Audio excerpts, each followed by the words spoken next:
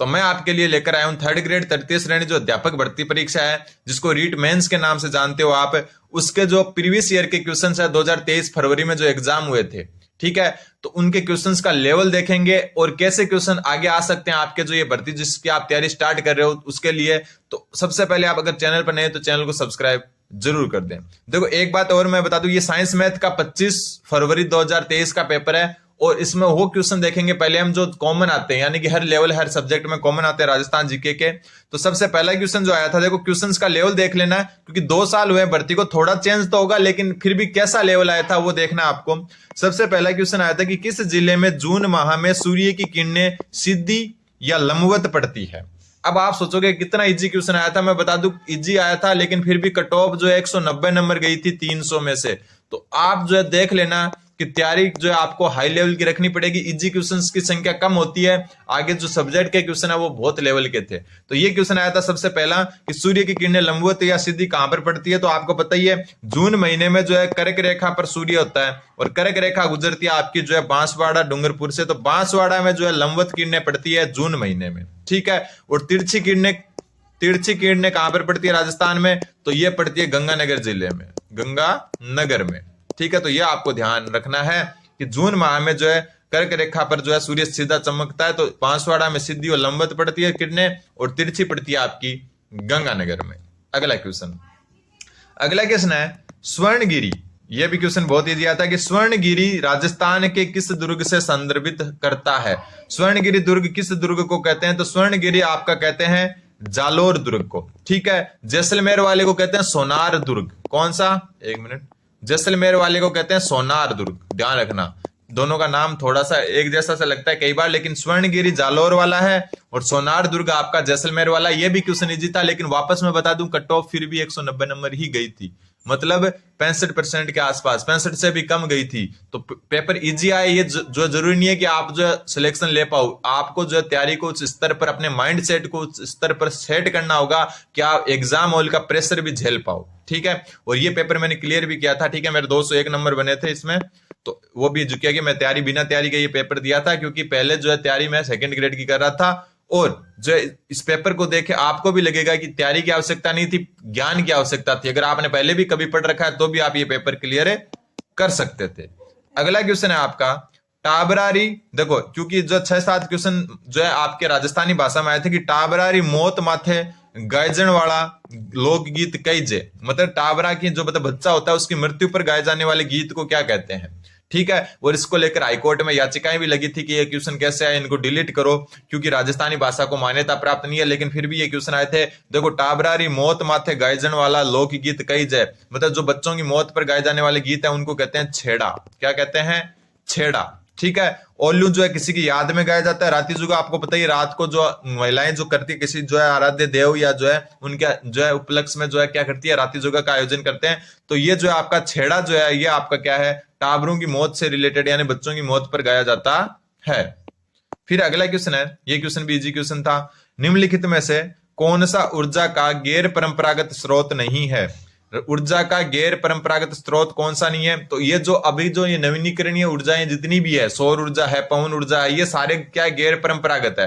तो पवन ऊर्जा गैर परंपरागत, ज्वारीय ऊर्जा गैर परंपरागत, जैव भार ऊर्जा भी जो है गैर परंपरागत, लेकिन जो जल विद्युत शक्ति है ये आपकी परंपरागत है। क्या है, परंपरागत, ठीक है। अब ये मत सोचना कि ये परंपरागत कैसे हुई, तो ध्यान रखना जल विद्युत शक्ति आपकी परंपरागत है, गैर परंपरागत नहीं है। तो उत्तर हो जाएगा ऑप्शन नंबर डी। अगला जो क्वेश्चन आया था ये क्वेश्चन थोड़ा सा जो है आपके हार्ड टाइप ही मान सकते हो आप, कि कौन सा रचनाकार कवि साथे साथे अच्छा गदकार बिया, मतलब कौन सा रचनाकार कवि साथे साथे अच्छा जो है गदकार बिया, मतलब जिन्होंने जो है कविताओं के साथ साथ गद्य शैली में भी क्या किया, लेखन किया। तो वो थे शिवदास गार्डन। और इनकी जो है ये जो आपके गागरोन के महाराज राव थे जिनका नाम था कौन, अचलदास खिंची, राव अचलदास खिंची उनके राज कवि थे। और इन्हों की जो लिखी हुई जो है शिवदास गार्डन सबसे अच्छी रचना जो है वह कौन सी है, जो है शिवदास गार्डन सॉरी अचलदास खिंचीरी वचनिका, अचलदास खिंचीरी वचनिका। तो ये जो क्वेश्चन आया था आपके कि कौन सा रचनाकार कवि रे साथे साथे अच्छा गद्यकार भी है, मतलब जगह कवि भी है और गद्यकार भी है, ठीक है। तो शिवदास गार्डन हो जाएगा उत्तर। और गागरोन जो है दुर्ग बी का जगह बी टाइम का राजा अचलदास खिंची बांका ये राजकीय कविया, और अचलदास खिंची री वचनी का जकी है शिवदास गार्डन की लिखेड़ी है, ठीक है। तो ये राजस्थानी भाषा के भी क्वेश्चन यहां से आए थे। फिर अगला क्वेश्चन कि अर्जुन का वृक्ष प्रमुख रूप से कहां पाया जाता है या किस जिले में पाया जाता है। तो ये क्वेश्चन मैंने एक नोट्स बना रखे थे ऐसे ही, तो जो है पहले के बनाए हुए थे मेरे पास पटवारी के, उसमें एक ही लाइन लिखी हुई थी अर्जुन के वृक्ष के बारे में, और वो लाइन ये लिखी हुई थी कि अर्जुन के वृक्ष सर्वाधिक झालावाड़ में पाए जाते हैं, और इसका उत्तर हो जाएगा ऑप्शन नंबर सी। क्या हो जाएगा? Option number C. और वैसे ऑप्शन से भी कर सकते हो, जालौर में पाए नहीं जाते, जैसलमेर में पाए नहीं जाते, जयपुर में पाए नहीं जाते, तो झालावाड़ में ही पाए जाएंगे। क्यों? जालौर जैसलमेर में अर्जुन के वृक्ष कहां से पाएंगे? जयपुर भी अर्ध शुष्क टाइप से ही है, वैसे अरावली में है, लेकिन कम इतना भी जो है वो नहीं है कि यहाँ पर हर प्रकार के वृक्ष पाए जाते हैं। तो उत्तर क्या हो जाएगा? झालावाड़। अगला क्वेश्चन, राजस्थान में सबसे पुराना या सब कह सकते हैं प्रथम राष्ट्रीय उद्यान कौन सा है? तो देखो राजस्थान में 3 राष्ट्रीय उद्यान है, केवलादेव राष्ट्रीय उद्यान, रणथंबोर राष्ट्रीय उद्यान और मुकुंदरा हिल्स। सरिस्का राष्ट्रीय उद्यान नहीं है, ध्यान रखना, ये बाघ परियोजना में शामिल है। किसमें? बाघ परियोजना में। और जो आपका केवलादेव है वो जो है एकमात्र ऐसा राष्ट्रीय उद्यान है जो बाघ परियोजना में शामिल नहीं है। मुकुंदरा हिल्स जो है आपके बाघ परियोजना में भी है, राष्ट्रीय उद्यान में भी है। रणथंबोर आपके जो है बाघ परियोजना में भी है, और जो है किसमें भी है? जो बाघ परियोजना और राष्ट्रीय उद्यान दोनों में है। तो सबसे पुराना या प्रथम राष्ट्रीय उद्यान है रणथंबोर, जिसकी स्थापना जो है 1980 में की गई। यानी एजे जो आपका रणथंबोर है उसको राष्ट्रीय उद्यान की मान्यता 1980 में मिली, फिर मिली केवलादेव को 1982 में, और मुकुंदरा हिल्स को मिली 2012 में।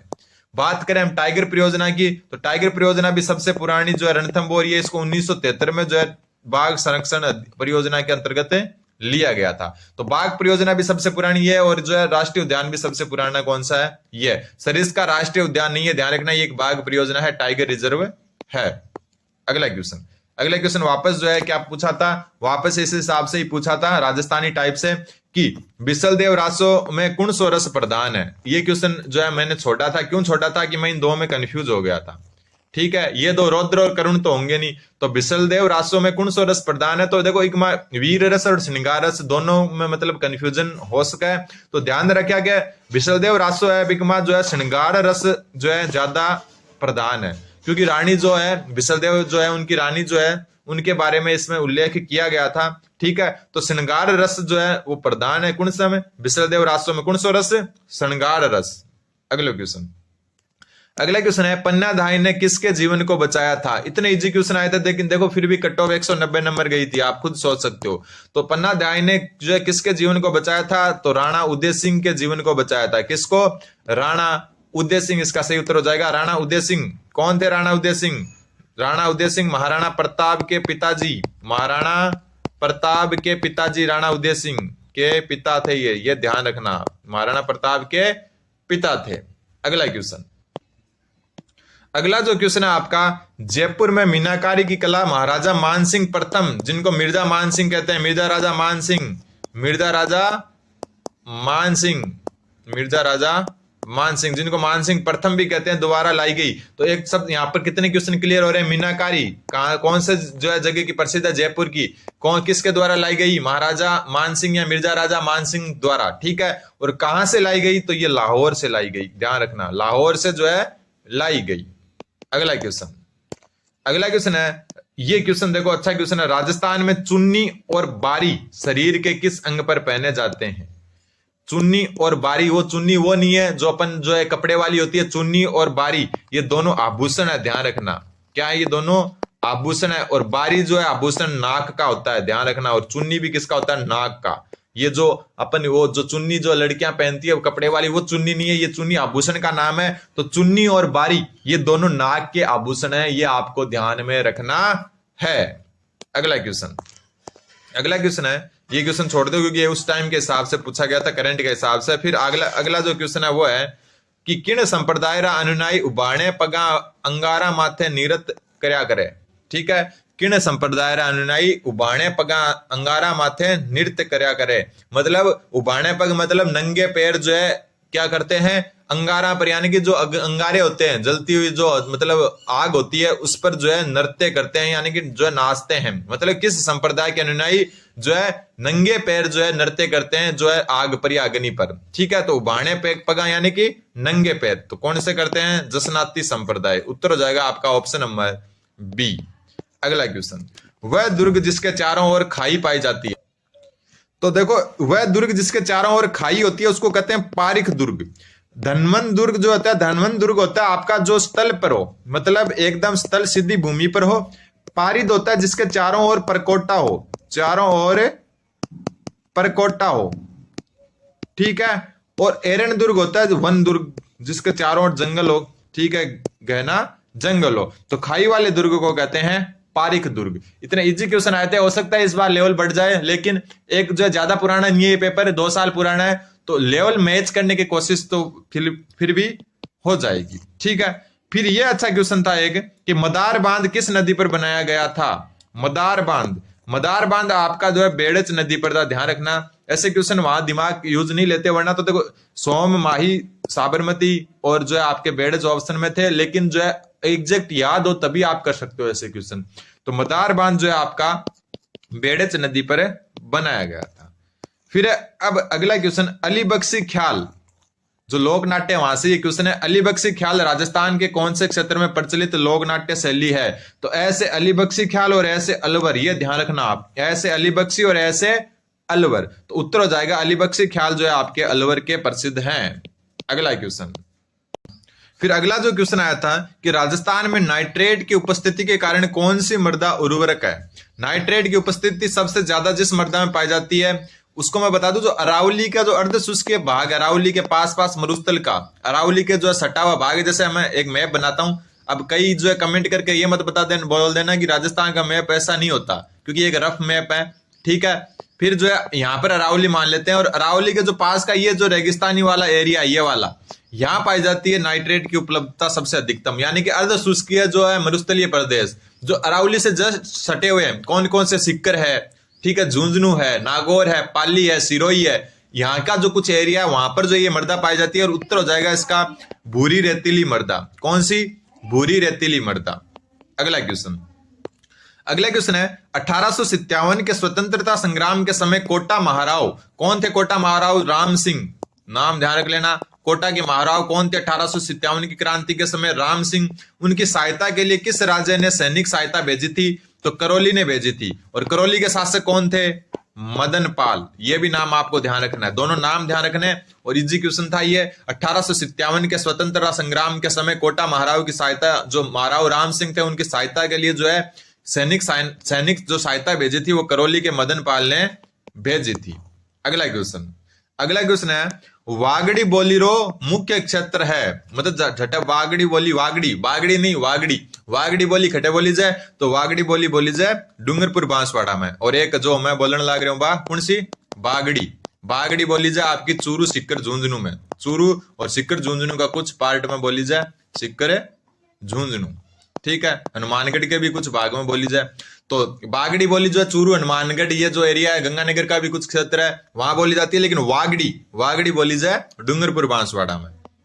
अगला क्वेश्चन है कि बीकानेर क्षेत्र में लड़कियों और अछूतों की शिक्षा हेतु किस संस्थान ने पुत्री पाठशाला और कबीर पाठशाला की स्थापना की। ध्यान रखना, एक बात आपको ध्यान रखनी है कि आपने शायद ये पढ़ लिया होगा। ठीक है, अगर आपने जो है प्रजामंडल वगैरह या जो आंदोलन वगैरह पढ़े हैं तो आपको पता होगी, या फिर जो सभाएं जो आपकी स्थापित हुई थी, कौन कौन सी जो सभाएं हुई थी, मारवाड़ लोक परिषद, ये वो, उसमें ये चीज अगर आपने नहीं पढ़ी है तो फिर आपको नोट्स चेंज करने की जरूरत है, क्योंकि नोट्स में साफ साफ लिखा हुआ है। ठीक है, तो बीकानेर क्षेत्र में पुत्री और कबीर पाठशाला, ये जो है किसने जो है, देखो पुत्री तो है लड़कियों के लिए, पुत्री तो लड़कियों के लिए, और अछूतों के लिए जो है कबीर पाठशाला की स्थापना बीकानेर क्षेत्र में किसके द्वारा की गई। बात बीकानेर की नहीं हो रही, बीकानेर क्षेत्र की हो रही है। बीकानेर क्षेत्र में उस टाइम का चूरू, ठीक है, अभी जो वर्तमान चूरू, और चूरू के अलावा जो है नागौर का कुछ भाग, गंगानगर, हनुमानगढ़, ये भी आते थे, और हरियाणा का भी कुछ पार्ट आता था। ठीक है, तो सर्व हितकारिणी सभा, इसने जो है पुत्री और कबीर नामक 2 पाठशालाएं जो है क्या की थी, स्थापित की गई थी। इसकी स्थापना 1907 में हुई थी सर्व हितकारिणी सभा की। और कहां पर हुई थी ये, चूरू में। ठीक है। और दूसरी बात और ध्यान रख लेना, किसने की? स्वामी गोपाल दास ने। किसने? स्वामी गोपाल दास ने, जो बीकानेर राज्य के अंतर्गत आता था उस समय चूरू। ठीक है, तो ये जो है आपको जो है ध्यान रखना है, पुत्री और कबीर पाठशाला सर्वहितकारिणी सभा द्वारा स्थापित की गई थी। फिर ये क्वेश्चन भी एक अच्छा क्वेश्चन आया था कि Delhi Vadodara greenfield express way किस जिले से नहीं गुजरता? ये क्वेश्चन मेरा गलत हो गया था क्योंकि मैंने कोटा कर दिया था इसमें। क्यों गलत हुआ? कि ये अलवर से तो गुजरता है, लेकिन अपन क्या सोचते हैं कि कोई चीज अलवर से गुजर रही है तो हो सकता है वो क्या है, जयपुर से भी गुजरेगी। अपन क्या सोचते हैं, दिल्ली से वडोदरा जा रहा है मतलब गुजरात जा रहा है, तो क्या होगा, अलवर से आएगा, फिर जयपुर, जयपुर से अजमेर होते हुए, अजमेर से राजसमंद और ऐसे जो है चित्तौड़ के कुछ भाग से होते हुए और उदयपुर से होते हुए बांसवाड़ा होके कहां हो जाएगा, ये गुजरात में चला जाएगा। जबकि ये जो Delhi Vadodara greenfield express way है उसका रूट मैं राजस्थान में बता देता हूं।